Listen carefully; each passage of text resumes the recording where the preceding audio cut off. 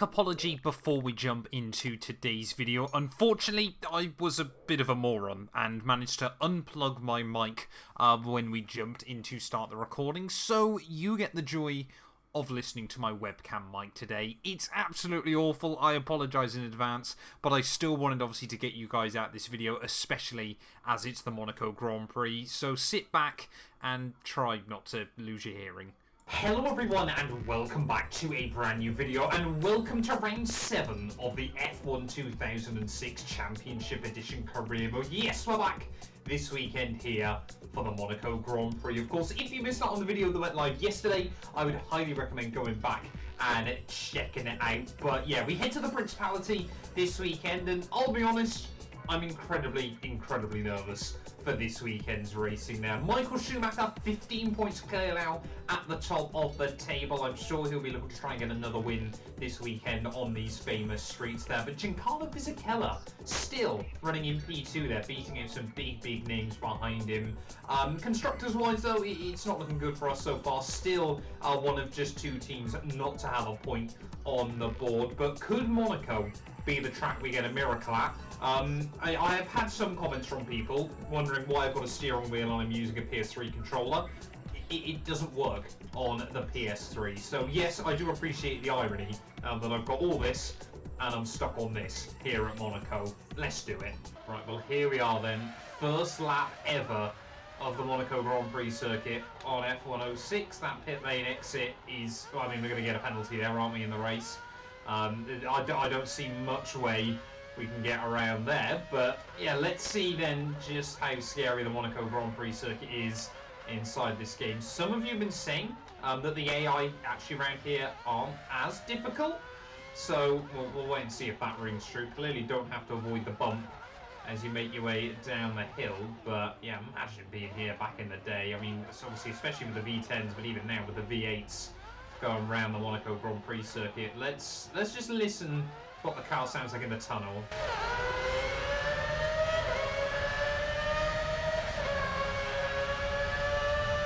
Sounds pretty good if you ask me, but it's these kind of chicanes, I think, in the second half of the lap, they're going to be very scary to try and navigate. I mean, really, obviously, especially after last weekend, we probably just want to be aiming to finish this one and not pick up damage there as I nudge the wall through to back. Big lift off as we head through the swimming pool chicanes, and of course that second chicane tighter than it is in real life. That's what we've got to worry about trying to do laps here, as I think there's a Super Aguri stuck behind me. Forgot we've still got control over the car, but 6 minutes all it took to get the car fixed again. Of course, they always say, you know, Monaco is more of a driver's track than any other on the F1 calendar, and it's a shame I'm still a pretty bad driver inside this game though, otherwise I'd like to think we've got a little bit of hope this weekend. Of course, I'll make some tweaks to the setup, make sure I'm running pretty much all the downforce you possibly can on this Midland, but not convinced it's going to make, you know, suddenly move mountains. The other problem I'm finding very early on here in free practice is actually the anti-stall as well in this car. You know, because some of the corners are so low speed, we're actually finding that we're not able to keep the revs in, and therefore the engine's actually cutting the power, or cutting the engine, sorry, obviously because it thinks it's about to stall, which is not helpful. So, you know, I've tried to experiment, you know, change up some gear ratios, things like that, but it doesn't really make any difference. I think it's just if the engine or the car goes below a certain speed, then the engine just assumes it's gonna stall out, so not helpful. I've also, yeah, like I said, tweaked the gears so we're not going anywhere near, obviously we're using 7th gear actually down the end of some of the faster sections of this track, but yeah, I mean, I feel like I'm building up the consistency. Want to try and get a decent representative on the board before we dive into qualifying, so we know roughly if we're in the ballpark, and obviously what we need to be aiming for as Raskas is going to be the bane of my life this weekend, I can already tell. It's very weird racing at Monaco as well with traction control, because of course it's even more of a point and squirt kind of track. So got to be very careful, of course. You know, you've got to get the car straightened up on this game before you try and get on the throttle, otherwise it can just spin out. Luckily it doesn't look like any of the curves around here are too lethal either, but I thought I said that around some of the parts of Barcelona, and obviously found one that then decided come Grand Prix Sunday it was going to serve its vengeance. But anyway, rounding our way in towards the final couple of corners then. That's the best line I've done through Raskas so far. Oh, and there we go. Damn it! Damn it, damn it, damn it. I feel like we were going to have a decent time there, but I've probably got to keep some front wings ready for the rest of the weekend. Welcome to Monte Carlo for Saturday's 1-hour qualifying session. We're about to get underway, and with the tight streets and twisting nature of this circuit, it's likely to be an extremely busy 15 minutes. Antonio Liuzzi starts his outlap. Qualifying gets underway. Well, I very much feel this is just going to be a qualifying session of trying to get as many laps on the board as I can and hoping that one of them sticks and is decent enough to maybe see us return to Q2. Of course, yeah, got a bit unlucky last weekend in Barcelona with the lap traffic and everything like that. But of course, yeah, such a marathon of a Grand Prix here as well at Monaco. You know, it was really going to be one of those races where if I can get to the end, I'll be happy, irrespective of what position we're in. But yeah, getting the tyres up to scrub on this formation lap, sorry, warm-up lap. And hopefully we're about to try and throw this thing around the Monaco streets. So we don't spin out over that final corner. That is going to be dangerous to do today. But yeah, starting our first lap then here at Monaco. Going to get so close to the wall, but that is not easy on a controller. This is not going to be a good lap, like we can sometimes do on F123. It's not going to be tidy, it's not going to be pretty, as instantly we nudge the wall at the top of the hill. Our first lap's had a couple of scary moments, definitely some time to find, but he's going to hopefully be a representative on the board. The Antonio Liuzzi does a 118.2. We are going to do a 119.2. So a little bit off the Toro Rosso. But yeah, we've got 12 minutes still. Oh, so close to the wall on the exit. We're seeing big improvements on this run. Or we were seeing big improvements until I got a right rear puncture. Don't crash, don't crash, don't crash, don't crash, don't crash. That, well, I mean, we were improving, but now we're going to have to try and sort out the car. Oh, come on, actually getting held up by one of the BMWs. Move! Oh, if we haven't got enough time to go back out, I'm going to be so gutted. That BMW... Oh, we haven't! It's P20 on the grid because Heidfeld can't move out of the way. Welcome to the Monaco Grand Prix, where the fastest drivers in the world get to rub shoulders with the rich, the famous and the beautiful. The Monaco Grand Prix is the most famous and glamorous race on the Formula One calendar. The small principality first hosted a Grand Prix way back in 1929, before the official World Championship began. Formula One cars have now outgrown the tight confines of the Monaco streets, but it's still an amazing sight to see the best drivers in the world weaving their way between the barriers. A good grid position here is vital, as the tight street circuit makes overtaking very difficult indeed. Conditions are just about perfect here today. Clear skies and perfect temperatures on and off the track.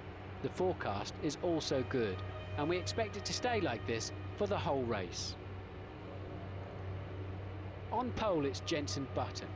Next on the front row is Giancarlo Fisichella. Third is Michael Schumacher. Massa fourth.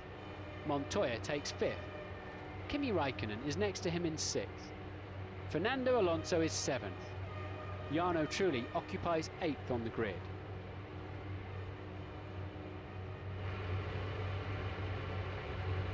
Well, I've opted to start this one from the back of the field. So the cars begin the parade lap. Well, I've actually opted to start this race from the back of the field there. Looks like the Antonio Liuzzi as well serving some penalties. So, yeah, we've got a different back row to from the end of qualifying, but I just want to try and keep out of trouble as best as possible on the run in towards turn one. So, yeah, fingers crossed we can keep it clean. I can't lie, very, very nervous there as the autopilot basically doing everything through the final couple of corners. Can I just get a last little bit of temperature into those rears? But we are going to be lining up. It's going to be a last question mark challenge here at Monaco.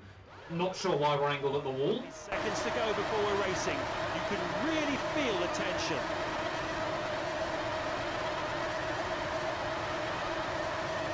Go, go, go! Try and send it into one. See what happens. Not a particularly great launch. Start, as does Fisichella.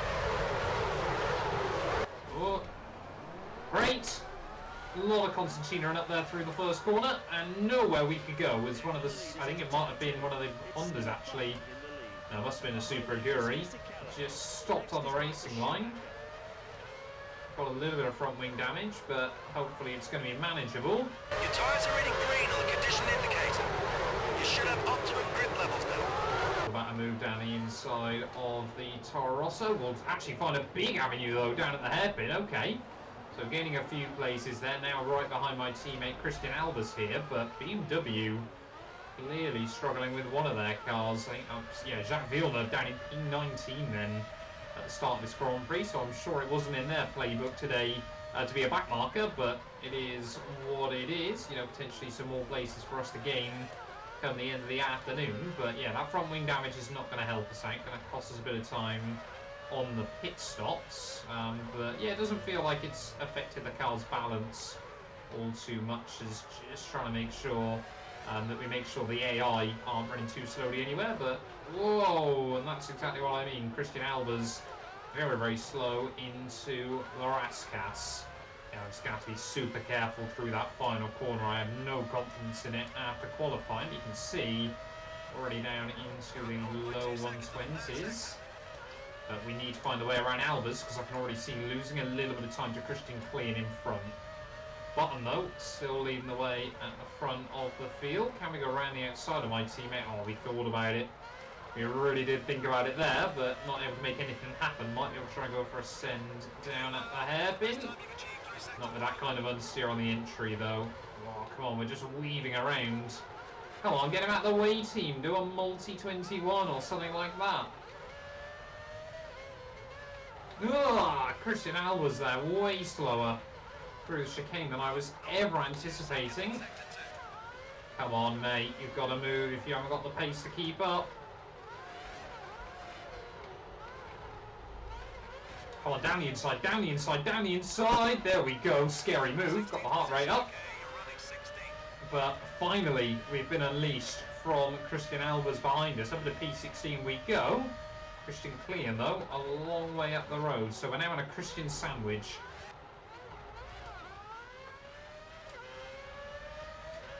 No, we've got oil. Someone's got issues in front. Oh, there's a roadblock. What's going on down here? We've had an engine failure. Whereabouts are they on the road? It's one of the Red Bulls. It's David Coulthard out of the Grand Prix, and that surely would be a safety car. I'm well aware of that, thank you, engineer. But I mean, that's the other thing we've got to factor in, of course. This could still end up being a race of reliability. But Coulthard out of the Monaco Grand Prix. We'll start to see our first cars into the pit lane then. So it looks like we're going to be racing Fernando Alonso on exit, and he's just about going to get the jump on me there. So critical, I'm sure, for Fernando's race. He doesn't get stuck behind me. But yeah, we've still got a few more laps on this set, which I'm not looking forward to, I can't lie. No idea what position we're up into. We're going to be out ahead of Jarno Trulli though. Reckons we're still P13. Well, I can't lie, I'm honestly a bit surprised with just how well the tyres have hung on. Oh, as soon as I say that, almost been into Rascas. How horrible is the pit lane here? Not too bad actually. As a pit stop then here at Monaco, this one could be pivotal in the grand scheme of things. Not sure if I can see the cars down below, but a very nice little feature to have nonetheless, as we'll just mash buttons. We'll go like that. I'm so bad at this, I just have no idea what I'm meant to be pressing. I'll go like that. Circle. I don't even know if they've changed the wing. 11.2 though isn't horrendous. We've actually come out ahead of one of the Super Aguris still, which is nice. I think we should be out roughly where we were. Don't go crazy. Wait till they're green and you have optimal traction. Oh, I thought that tyre on the exit stuck out on me. But yeah, clearly we have our front wing change as well in that time. Webber and Klein not too far up the road, but yeah, still in P15 then. So I haven't even been jumped by Jacques Villeneuve. Oh, we've got oil. Someone's binned it.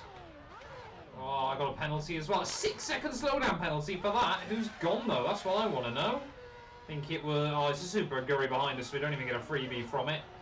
And any chance I had, I think, of closing in on Webber and Clean by the end of this, pretty much gone right with that mistake. The top 8 are as follows. First is Button. Michael Schumacher is in second. Fisichella third. Massa fourth. Montoya fifth.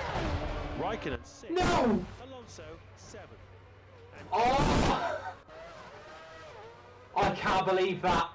We were 2 laps from home.